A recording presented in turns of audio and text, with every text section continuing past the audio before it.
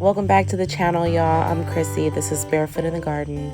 Today I have some news on the baby chicks. I don't remember if I told you guys, but we expanded the flock and got about 22 new babies, all different breeds.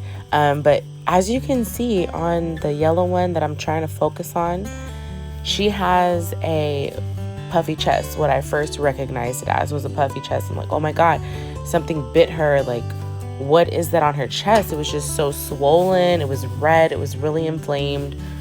I panicked at first. Then I jumped on Google and I automatically started doing like internet search on what it could possibly be. I think I might have typed in swollen chest on baby chick, and crop popped up. So inflamed crop, sour crop. There's a few different names for it, but if you look at her chest, the right side of their chest was swollen of her chest. And then as I was examining some of the other chicks, I noticed that they had the same thing. It's like a puffy right side of the chest. So as I was reading, you can see it really good right there. As I was reading about it, what I learned is that the crop is a part of their digestive tract. That is the first part of their digestive tract that the food reaches. So it'll go down their throat, it'll hit their crop, and they should be able to pass that into the other areas of their digestive system down into their stomach. But if they happen to be overeating or eating wet bedding and not getting enough water, they're so young that they don't know how to, their body doesn't really know how to process all that food, or, you know, if it's too thick for them to process, it'll get stuck in that crop. So after calming down and reading and meditating a little bit, I came to the conclusion that that's what it was. It was a inflamed crop or clogged crop or a sour crop. And I just had to figure out how to mitigate this problem. I was going to call the emergency veterinarian, but I'm always like forcing myself to try home remedies first and to try to aid these situations on my own so that I can, 1, teach myself, 2, learn from it, and 3, save us a lot of money.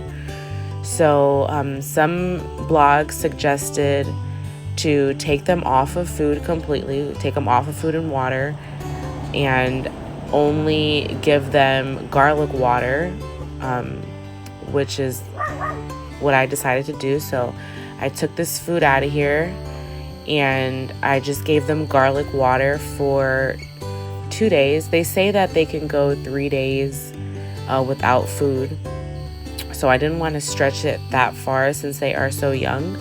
But I knew since they had that inflamed crop that they at least had food in their body, so that when it did pass, it would go down into their stomach and they wouldn't be starving. So I took the water out of there. I had a mason jar full of water and a clove of garlic. I let it sit for a while so that it could really penetrate the water. And then I just administered it to them in their normal drinking can. And they also recommended that you either use vegetable oil or olive oil, which is what I'm doing here. They suggest that you do it 1 to 3 times a day, 3 being the most suggested, morning, noon, and night.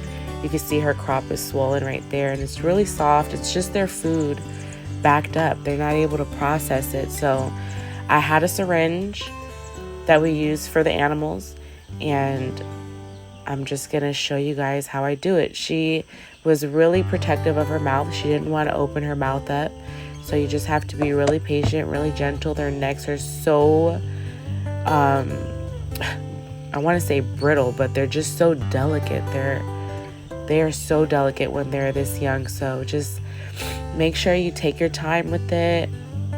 Just give them a few small drops into the back of their throat. You don't want to squirt it in there.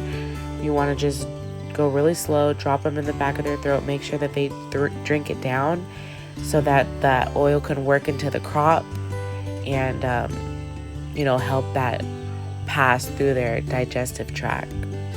You can also massage the crop after you administer the oil. Not push on it, because you can do some damage if you push too forcefully on their crop. You don't want to push that food down. You just want to gently massage it so the oil can kind of work its way in there and help with aiding it pass through. So I'm just going to leave you guys with this footage. Just wanted to share that experience with you guys, just in case you're looking to add chickens. It's like an ever learning experience. Like every day could be something new with your livestock. So just make sure, if you're thinking about it, prepare yourself for things like this to come up, for you to see something on your flock and not know what it is. Have to do the research, and you have to, act and help the babies as soon as you can. So I'm gonna leave you with this, and we'll definitely see y'all in the next one.